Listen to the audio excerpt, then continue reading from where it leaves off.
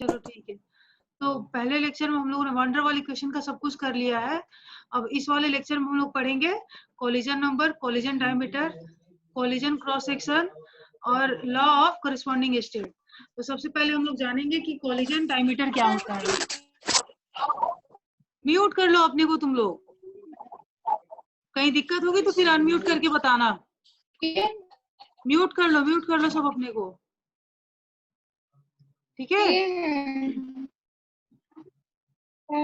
हाँ तो देखो, जैसे काइनेटिक थ्योरी में क्या है हमारा कि जो गैसेस को हम लोग क्या करते हैं, gases are treated as molecules as a point mass. जो गैस के मॉलिक्यूल्स होते हैं उनको हम लोग पॉइंट मास में मानते हैं, ठीक है। When two such molecules approach each other, a point is reached at which the mutual repulsion between the molecules become so strong that it causes reversal of direction of their motion, ठीक है।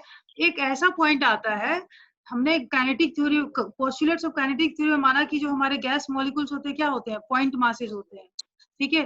तो दो molecule एक distance जरूर आता है जहां की सो क्लोजेस्ट होता है, और उसके बाद उससे ज्यादा वो पास नहीं जा सकता है। उसके बाद उसमें क्या शुरू हो जाता है, रिपल्सन शुरू हो जाता है। क्या स्टार्ट होता है, repulsion between the molecules start होता है। और ये क्यों होता है, due to the electronic and nuclear repulsion, क्योंकि इलेक्ट्रॉन्स बहुत एक न्यूक्लियस दूसरे के बहुत ज्यादा पास जाएगा तो भी तो दिक्कत आएगी ना। तो इलेक्ट्रॉनिक और न्यूक्लियर रिपल्सन के चलते बहुत एक मिनिमम डिस्टेंस होता है जिसके अंदर नहीं जा सकता है वो, ठीक है। तो उस डिस्टेंस को, the distance between the centre of two molecules at which at a point of their closest approach, सबसे जो मिनिमम डिस्टेंस जो कि एक दूसरे के पास जा सकते हैं दो मॉलिक्यूल, उस डिस्टेंस को हम लोग कहते हैं कोलिजन डायमीटर, और इसको रिप्रेजेंट करते हैं डी से, ठीक है। कोलिजन डायमीटर को किससे रिप्रेजेंट करते हैं, डी से, ठीक है। हाँ तो यहाँ देखो एक फिगर हमने दिखाया, ये फिगर देखो, ये एक मॉलिक्यूल है और ये एक दूसरा है, दो गैसेस मॉलिक्यूल है जो कि पॉइंट मास की तरह हमने एज्यूम किया है, और ये एक स्फेरिकल है, स्फेरिकल हमने पॉइंट मास माना है इसको, मॉलिक्यूल को। तो जो मिनिमम डिस्टेंस होगा वो इससे, ये जो डिस्टेंस है ना, इससे ज्यादा क्लोज नहीं आ सकते हैं। ये जो मॉलिक्यूल है इस पॉइंट के इधर नहीं जा सकता और दूसरा वाला मॉलिक्यूल इस पॉइंट के इधर नहीं जा सकता है। तो इन दोनों के बीच की जो मिनिमम डिस्टेंस है, ये वाली डी, इतनी दूरी, इस डी को कहते हैं हम लोग कोलिजन डायमीटर, ठीक है। तो हमने इसको स्फेरिकल माना है, जो मॉलिक्यूल है उसको हमने अगर रिजिड हार्ड स्फीयर माना है तो उसका रेडियस हमने रेडियस डी हो जाएगा, क्योंकि ये मिनिमम डिस्टेंस है इन दोनों के बीच का। और वॉल्यूम क्या हो जाएगा, किसी भी स्फीयर का वॉल्यूम क्या होता है, 4/3 पाई आर क्यू होता है, ठीक है। तो 4/3 पाई डी क्यू हो जाएगा इसका इफेक्टिव वॉल्यूम, ठीक है। अब आते हैं कोलिजन क्रॉस सेक्शन पर।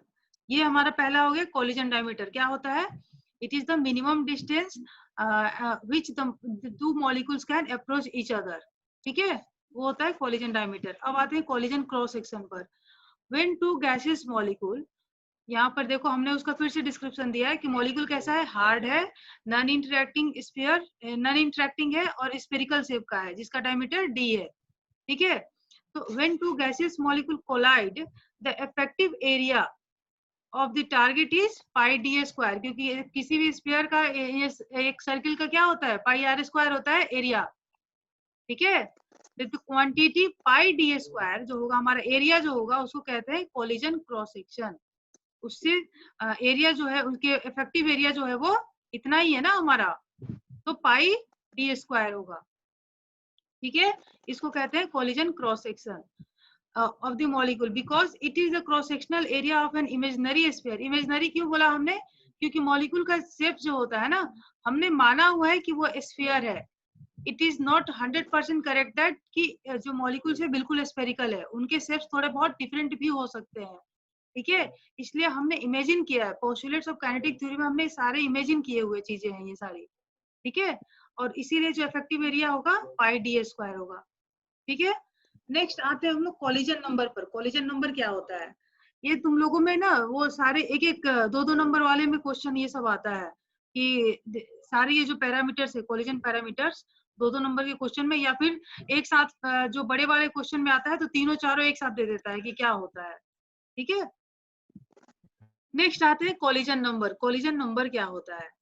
तो according to kinetic theory of gas, the number of molecules with which a single molecule will collide per unit time is given by √2 pi d square, और ये है तुम्हारा average velocity into rho, where c क्या है? c is the average velocity of the molecule. c क्या है हमारा? ये जो स्मॉल ये इस एरो के अंदर जो लिखते हैं ना जो चीज, तो इसको हम लोग एवरेज वेलोसिटी बोलते हैं।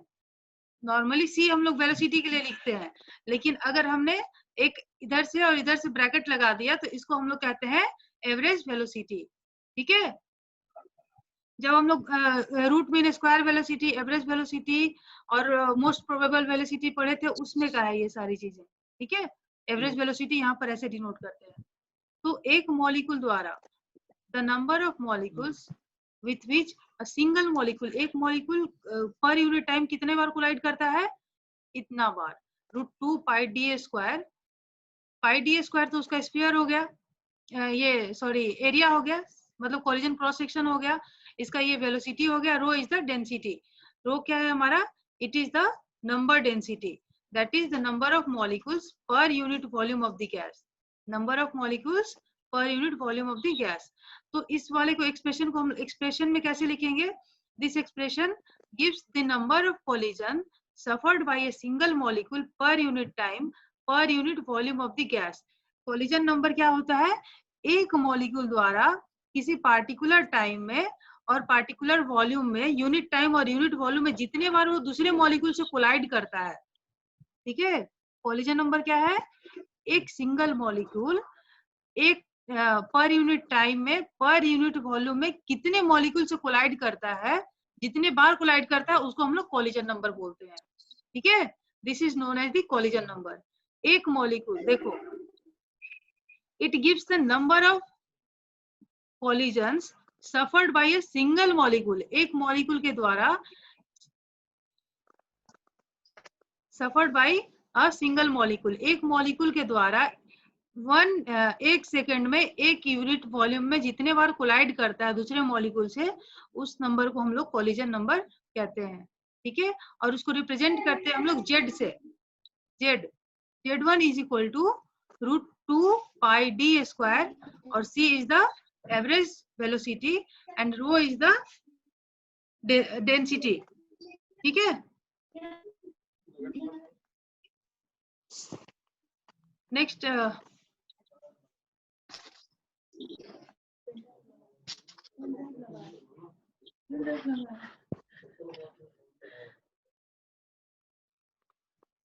Hello, so the total number of molecules colliding per unit time per unit volume of the gas कितना हो जाएगा हमारा? this one, c into rho square,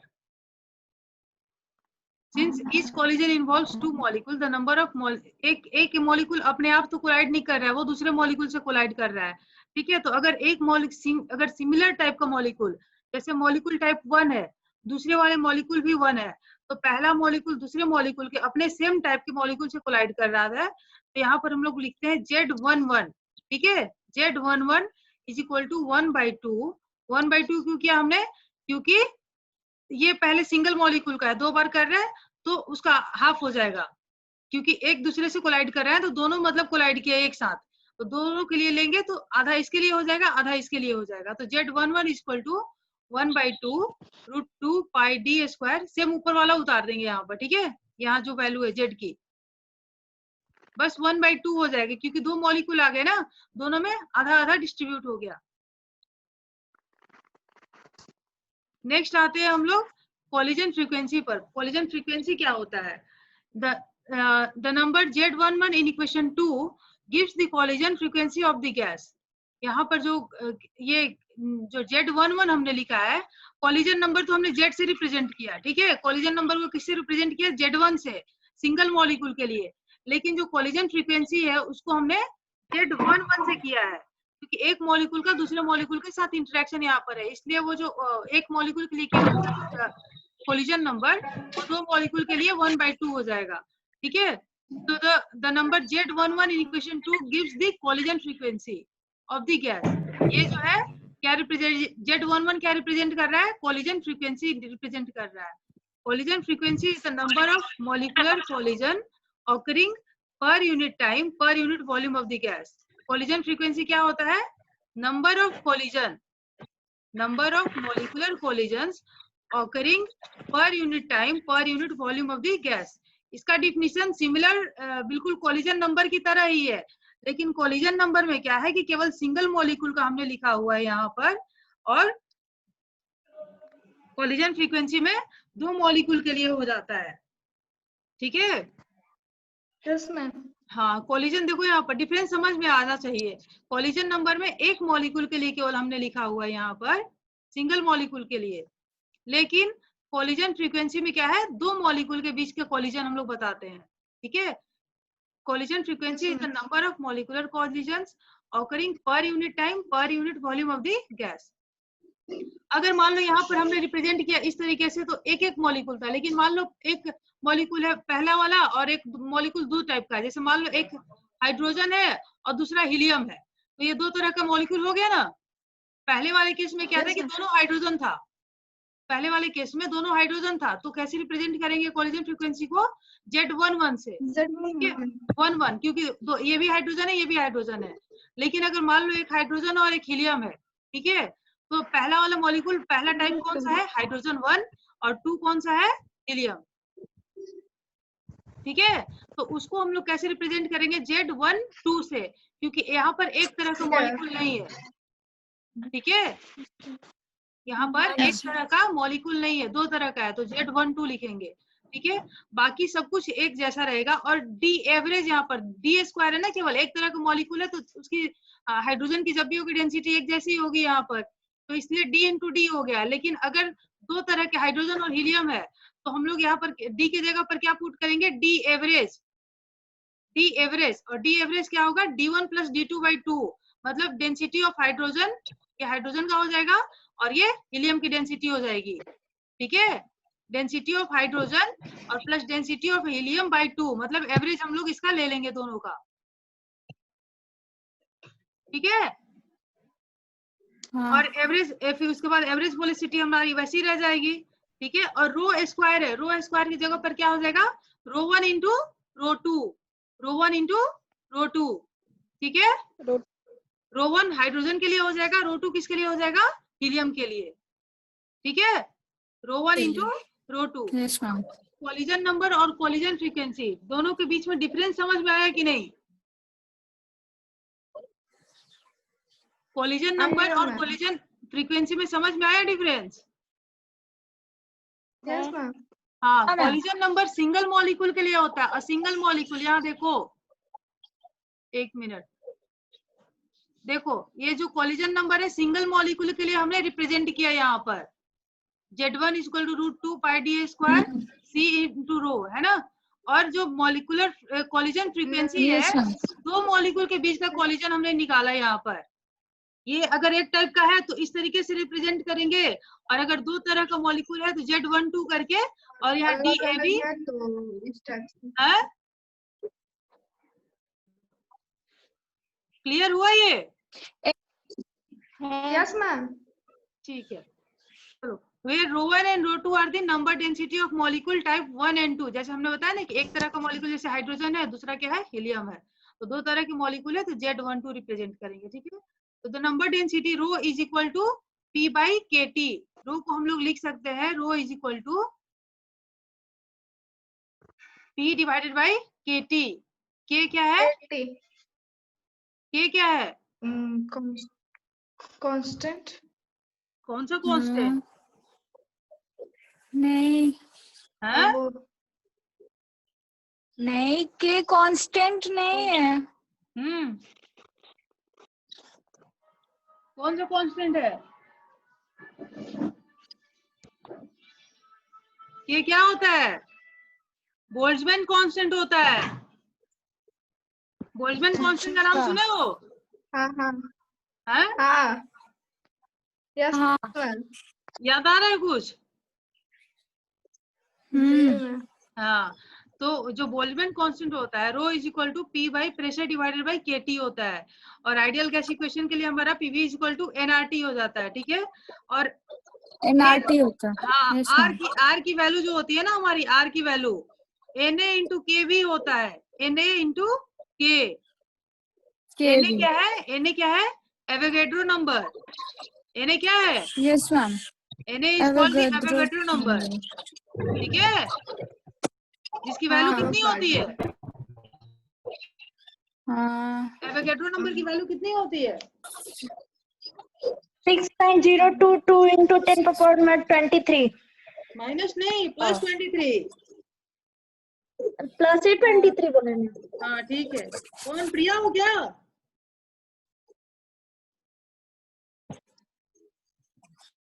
yes madam. हाँ मुझे लगा इतना एक्टिव प्रिया ही रहती है जिसको याद रहता है, ये लोग बाकी सब आ जा रहे खाली ऐसे ही बिना पढ़े। क्या सुमति? यस। हाँ तो याद रखा करो। तो Na हमारा क्या है, एवोगैड्रो नंबर है, और R को हम लोग Na इंटू के भी लिखते हैं। तो n स्मॉल n की जगह स्मॉल n रह गया, और R की जगह Na इंटू के हो गया, और T की जगह T है, ठीक है। तो हमारा नेक्स्ट प्रेशर क्या हो जाएगा, ये वॉल्यूम को उठा करके हम लोग इस साइड ले आएंगे, वॉल्यूम को उठा के राइट हैंड साइड में ले जाएंगे, तो Na KT बाई V हो जाएगा, ठीक है। Na KT बाई T, और कैपिटल N हम लोग मानते हैं कि N इंटू Na मतलब number of moles into Avogadro number जो होगा, टोटल नंबर ऑफ मॉलिक्यूल्स हमारे हो जाएंगे, N into Na is equal to capital N, ठीक है। स्मॉल n इंटू Na को हमने कैपिटल N माना, this is called the total number of molecules in n mole of the gas. Capital N क्या है, total number of molecules in n mole of gas. यहाँ small n number of moles है, और capital N क्या हो गया, number of molecules हो गया, ठीक है। हाँ आवाज नहीं आ रही मैम। अभी सब आ जा रही है कि नहीं? नहीं अभी भी नहीं जा रही है? अब ठीक है। अभी आ रही है। एक मिनट रुको, नेटवर्क इश्यू है थोड़ा।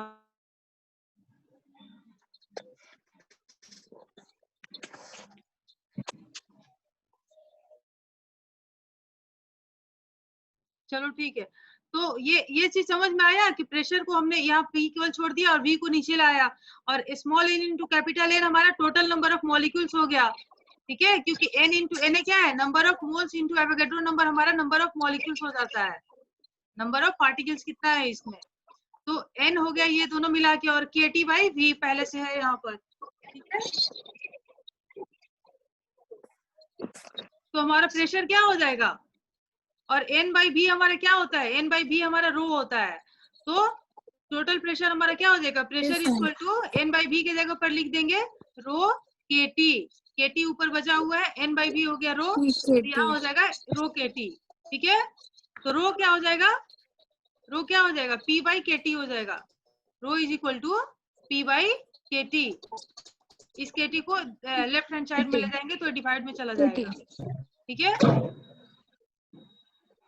तो अगर इक्वेशन 1 और 2 को अब कैसे लिख सकते हैं, इक्वेशन 1 को हम लोग कैसे लिख सकते हैं, रो की जगह पर क्या पुट करना है हमको, P बाई KT पुट करना है, रो की जगह पर pressure by K into T put करना है। तो इक्वेशन 1 जो एक सिंगल कोलिजन नंबर है, Z1 क्या हो जाएगा, √2 पाई D square average velocity into P by KT हो जाएगा, ठीक है। पहला वाला इक्वेशन जो था हमारा ये वैसा बन जाएगा, रो की जगह पर क्या पुट करेंगे, P बाई KT पुट करेंगे, ठीक है। और Z11 जो है वो हमारा कैसा हो जाएगा, Z11 equal to pi D square C, और रो स्क्वायर था ना, रो स्क्वायर था वहां पर, तो रो स्क्वायर की जगह पर क्या हो जाएगा, P by KT. T square by KT square. हाँ P square by KT square हो जाएगा, ठीक है। Yes ma'am. हाँ उसके बाद और एक और चीज कहाँ गया, हाँ ये देखो यहाँ पर क्या है, √2 है, यहाँ पर 1/2 √2। हाँ ठीक है ठीक है, चलो ठीक है, √2 1 बचा हुआ नीचे का था, ठीक है। तो कॉलिजन नंबर, कॉलिजन फ्रीक्वेंसी, ये समझ में आ गया ना सबको? Yes ma'am. हाँ नेक्स्ट आते हैं mean free path. Mean free path क्या होता है? ये छोटे छोटे टर्म्स है लेकिन आता है तुम लोगों को पक्का, कंफर्म है ये, छोटे छोटे टर्म्स सब्सिडरी में मैम, सब्सिडरी में भी और ऑनर्स में भी। सब्सिडरी में पाई नहीं आएगा, ये तो उनका सिलेबस ही है। और थर्ड ईयर ऑनर्स में भी आएगा। नहीं नहीं, ये सेकेंड ईयर का सिलेबस है, सब्सिडरी का सेकेंड ईयर का सिलेबस है तुम लोग का ये।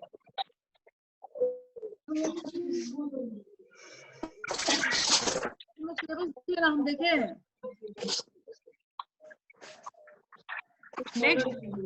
नेक्स्ट आते हैं mean free path. Mean free path क्या होता है? The very important quantity in chemical kinetic theory of gases is the mean free path, which is defined as the mean distance traveled by a gas molecule between two successive collisions। जब एक molecule मान लो गया दूसरे से टकराया, एक molecule जाकर के दूसरे से टकराया, और दूसरा ये मॉलिक्यूल इससे टकराने के बाद फिर किसी दूसरे से टकराया, ठीक है, एक मॉलिक्यूल दूसरे से टकराया और यही मॉलिक्यूल फिर जाकर के तीसरे मॉलिक्यूल से टकराया, तो इन दोनों के बीच का जो डिस्टेंस का हाफ होगा, मतलब mean distance mean free path होता है। हाँ, mean distance travelled by A gas molecule between two successive collision. Two successive collision का मतलब एक ही मॉलिक्यूल दो बार जब कोलाइड करता है, उनका जो एवरेज डिस्टेंस होता है उसको हम लोग कहते हैं मीन फ्री पाथ, ठीक है। हो गया ना क्लियर? मीन फ्री पाथ क्या बोलते हैं? टू सक्सेसिव कोलिजन के बीच की जो टकराता है तब उसके बीच की दूरी को, हाँ, एक मॉलिक्यूल दो बार जब कोलाइड करता है, एक कोलिजन किया फिर दूसरा भी कोलिजन किया, वही सेम मॉलिक्यूल, तो दोनों कोलिजन के बीच की जो दूरी होती है उसका जो मीन डिस्टेंस होता है उसको कहते हैं मीन फ्री पाथ, ठीक है। और इसको रिप्रेजेंट करते हैं लैम्डा से। किससे रिप्रेजेंट करते हैं? लैम्डा से। तो लैम्डा इज इक्वल टू क्या हो गया? C/Z1।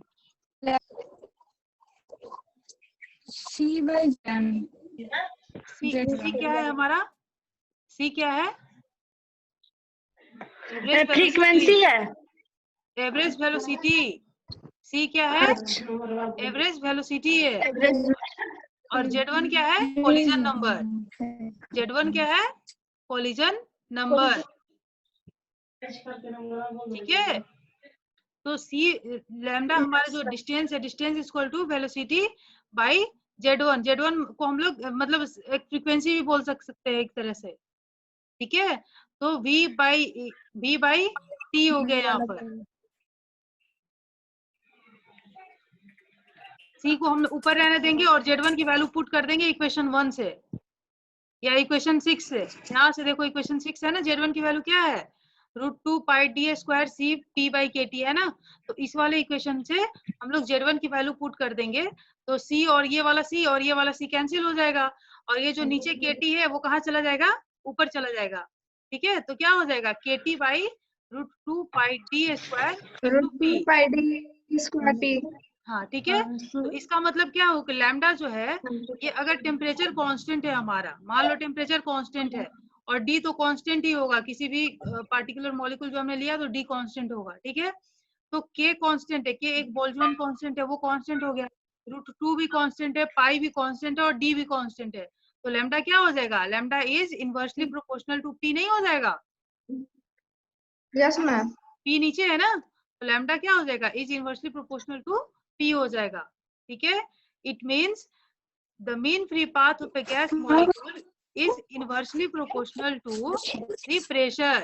प्रेशर डिपेंडेंट है, प्रेशर के इनवर्सली प्रोपोर्शनल है। कैसे इसको हम लोग क्लियर कर सकते हैं? जैसे मान लो अगर प्रेशर कम है तो मॉलिक्यूल्स के पास कोलिजन करने के लिए बहुत सारे डिस्टेंस है कि नहीं है? प्रेशर अगर कम है, बहुत ज्यादा कम है, तो लैम्डा की वैल्यू क्या होगी? ज्यादा होगी। प्रेशर कम होगा तो लैम्डा की वैल्यू ज्यादा होगी, और प्रेशर अगर ज्यादा होगा तो लैम्डा की वैल्यू कम होगी। ठीक है? हाँ, जैसे मान लो एक मॉलिक्यूल यहाँ से आया और यहाँ कोलाइड किया, पहला कोलिजन, फिर यही मॉलिक्यूल यहाँ बढ़ा। ठीक है? एक मॉलिक्यूल पहला कोलाइजन यहाँ किया, दूसरा कोलिजन यहाँ गया, तो इन दोनों के बीच की जो डिस्टेंस होगी काफी ज्यादा होगी। अगर प्रेशर तुम्हारा बहुत कम है, प्रेशर अगर लो है, इफ P इज लो, तो इसके पास कोलिजन के लिए बहुत ज्यादा जगह मिल रहा है। लेकिन अगर प्रेशर बहुत हाई लगा दोगे तो क्या होगा? मॉलिक्यूल कंप्रेस होकर के नीचे आ जाएगा, पूरा कंप्रेस। अगर मान लो प्रेशर लगा दिया ज्यादा तुमने ऊपर से, ठीक है, तो इसके पास डिस्टेंस ट्रेवल करने के लिए कम जगह बचा ना, एक मॉलिक्यूल का दूसरे के पास, है ना? तो ये जो जगह इतना था इसके पास, अब कितना जगह बचा? अब ये गया यहाँ, फिर यहाँ आया, तो ये जगह बहुत कम हो गया ना इसके कंपैरिजन। तो जब प्रेशर हमने ज्यादा लगाया तो डिस्टेंस ट्रेवल क्या हो गया? कम हो गया। ठीक है? तो इसीलिए जो मीन फ्री पाथ होगा वो प्रेशर के साथ इनवर्सली प्रोपोर्शन होगा। ठीक है?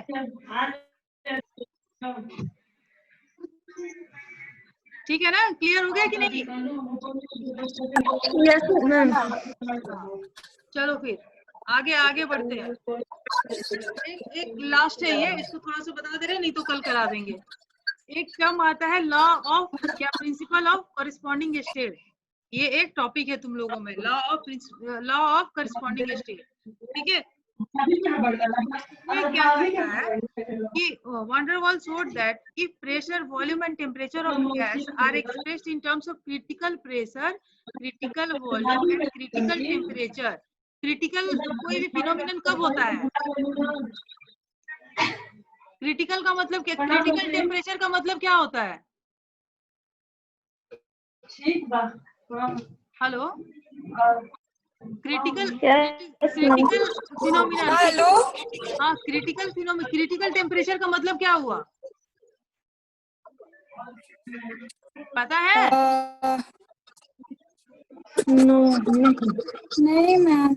हाँ, तो जैसे क्रिटिकल कोई भी चीज होता है ना, जैसे क्रिटिकल पॉइंट ऑफ वाटर हो गया, तो क्रिटिकल पॉइंट ऑफ वाटर ऐसा एक पोजीशन होता है जहाँ की तुम्हारे तीनों सॉलिड, लिक्विड और गैस एक साथ एग्जिस्ट करते हैं। और अगर प्रेशर चाहे तुम बढ़ा लो, चाहे टेम्परेचर बढ़ा लो, उस टेम्परेचर से पहले वो लिक्विफाई हो सकते हैं पूरी तरीके से।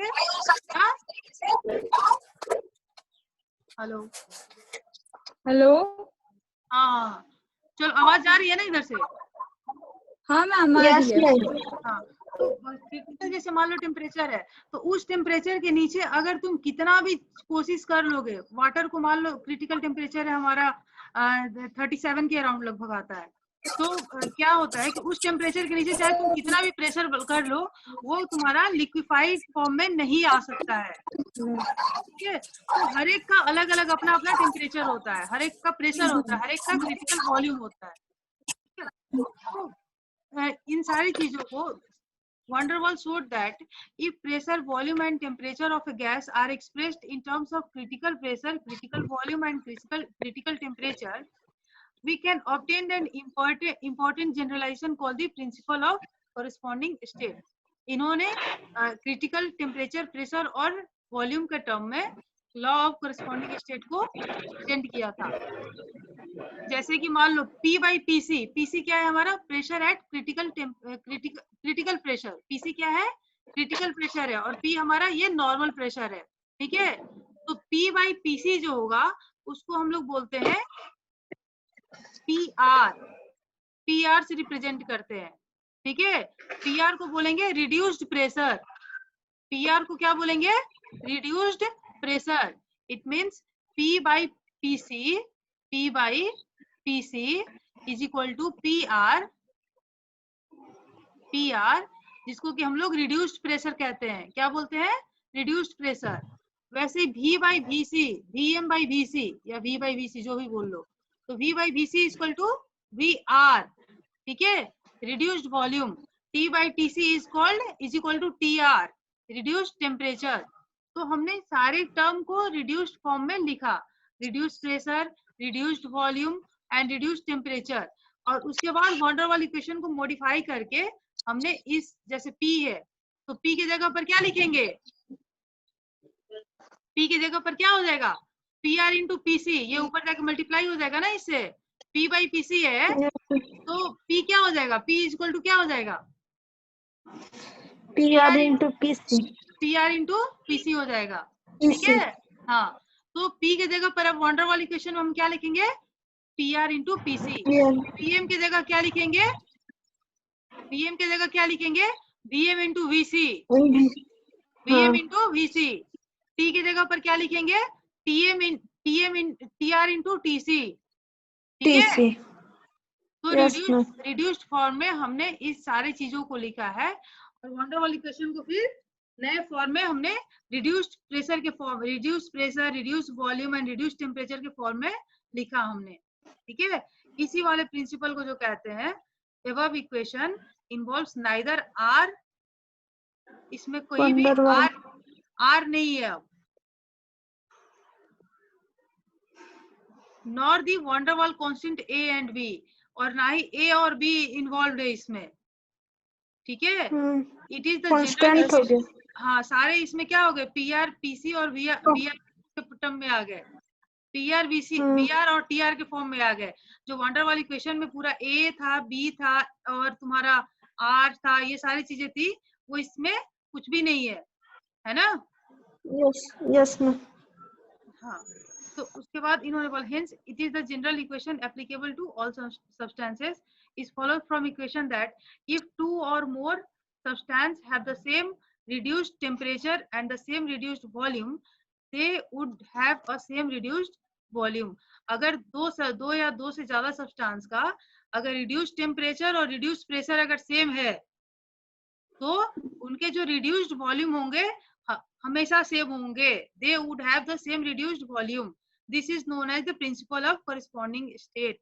अगर देखो यहाँ स्टेटमेंट देखो, if two or more substances have the same reduced temperature and same reduced volume, अगर दो चीज किसी टेम्परेचर का सेम है, रिड्यूस्ड टेम्परेचर और रिड्यूस्ड प्रेशर दो अगर सेम है तो उनका रिड्यूस्ड वॉल्यूम होगा वो हमेशा सेम होगा, ठीक है। This is known as the law of principle of corresponding state, ठीक है। हाँ, अगर मान लो टेम्परेचर और प्रेशर सेम है, टेम्परेचर यहाँ पर हमने लिखा प्रेशर एंड टेम्परेचर सेम है, मान low volume and pressure same है, यहाँ पर वॉल्यूम और प्रेशर मान लो अगर दो चीज सेम है तो उनका रिड्यूस्ड टेम्परेचर क्या होगा, हमेशा सेम होगा, ठीक है। प्रिंसिपल ऑफ कॉरेस्पॉन्डिंग स्टेट मतलब कॉरेस्पॉन्डिंग का मतलब यही हुआ, अगर दो चीजों सेम है तो तीसरा अपने आप सेम होगा उसका, तीनों में से, ठीक है। अगर reduced temperature and the reduced pressure then they have having the same volume and is known as the corresponding state, ठीक है। क्लियर हो गया ना।